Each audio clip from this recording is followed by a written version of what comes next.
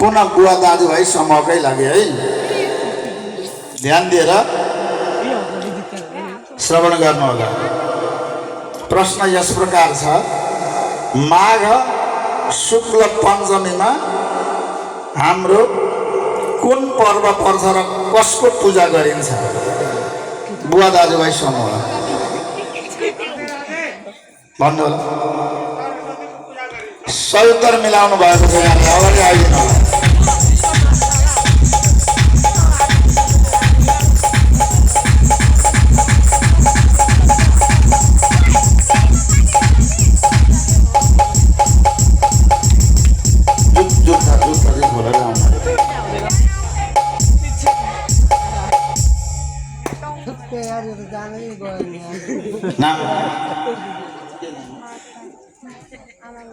देवी प्रसाद गोयले जोरदार तालीले सम्मान गरौँ।